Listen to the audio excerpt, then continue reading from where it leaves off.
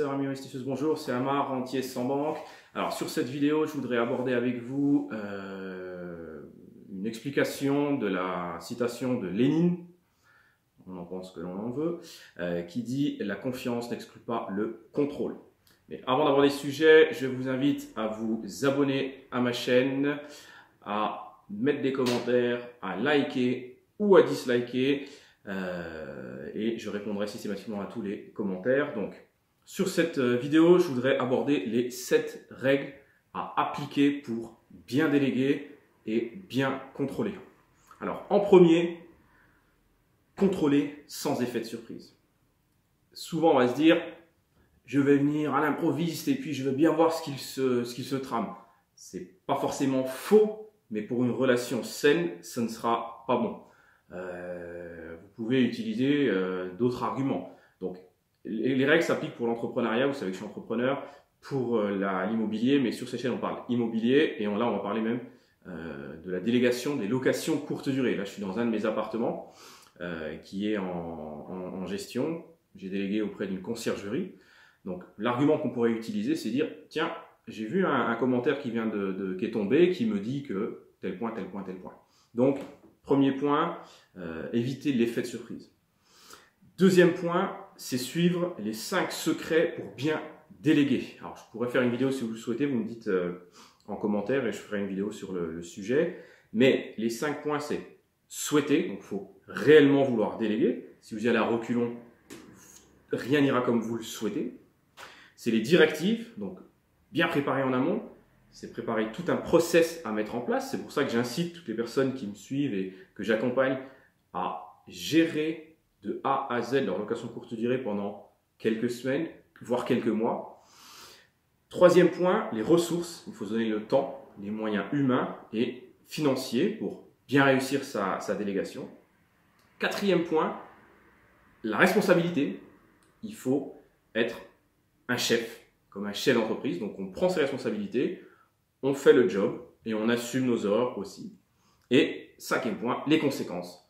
On doit être en capacité de faire subir entre guillemets les conséquences des actes des personnes à qui on a délégué certaines tâches. Donc, troisième règle, c'est planifier vos contrôles. Prévenez votre sous-traitant par exemple. Là, c'est une conciergerie, il n'y a aucun souci. Vous lui dites, tiens, je vais passer, je serai dans le quartier vendredi, je vais passer jeter un petit coup d'œil entre midi et 2 à l'appartement. Voilà. Encore une fois, on veut des relations saines. Quatrième point, vous arriverez à beaucoup de choses même en planifiant. Comme vous aurez au préalable fait le job, géré, fait les ménages, fait les check-in, les check-out, géré éventuellement le channel manager, ou en tout cas Booking, Airbnb, etc., vous maîtriserez tout. Donc, même en passant, après un ménage parfait, vous trouverez des points, des petits détails qui vous font rendre compte que là, il y a un petit souci. Voilà, je viens de passer, je vois globalement rien, mais il y a quand même 1 ou 2 toiles d'araignée. C'est pas grand chose, mais voilà, j'ai l'œil alors que les personnes sont dedans tout le temps. Et puis, c'est pas sûr du tout que votre gestionnaire dise attention, il y a le propriétaire qui va passer jeudi, faites un ménage parfait. Non, prenez pas par surprise, on instaure des vraies relations de confiance. Cinquième point, laissez le bénéfice du doute. Il faut que vous transformiez vos impressions en positif.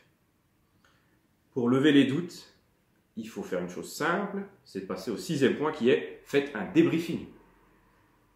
Vous laissez le bénéfice du doute à votre prestataire, vous transférez votre impression en positif, vous essayez psychologiquement de vous dire bon ok il y a ça mais peut-être que, c'est pas lui trouver des excuses, c'est être dans une démarche positive et ensuite on passe au 6e point qui est le débriefing. Donc vous exprimez votre sentiment mais surtout vous lui posez des questions. On commence par le positif et après on interroge sur ce qui a été moins bon en évitant l'angélisme. Voilà, vous n'êtes pas non plus, vous ne devez pas être entre guillemets, j'aime pas ce terme-là, mais un pigeon. Vous devez être dans le positif, mais le positif ferme, le positif entrepreneur 2.0.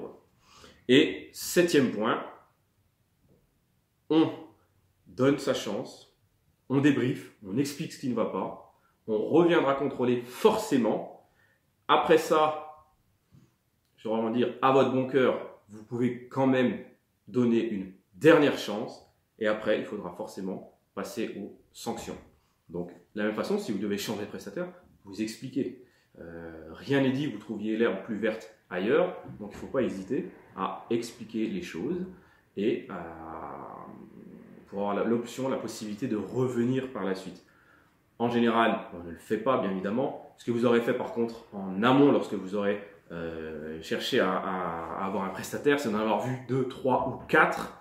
Et les 2, 3 autres que vous n'aurez pas sélectionnés, vous aurez gardé un contact,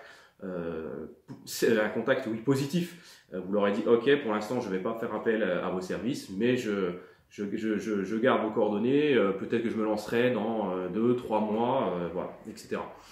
Donc, on a vu les 7 règles à suivre pour être en conformité avec la citation de Lénine, la confiance n'exclut pas le contrôle. Je vous remercie d'avoir suivi cette vidéo. Je vous incite à la partager, à vous abonner, à cliquer sur la clochette. Je vous fais des vidéos tous les samedis. Là, ici, on est sur un des appartements. Je tâcherai de tourner dans différents appartements. Et puis, certainement, très prochainement, je vous ferai des vidéos de l'étranger, en tout cas, j'espère. En attendant, je vous souhaite une super journée et je vous dis à très vite.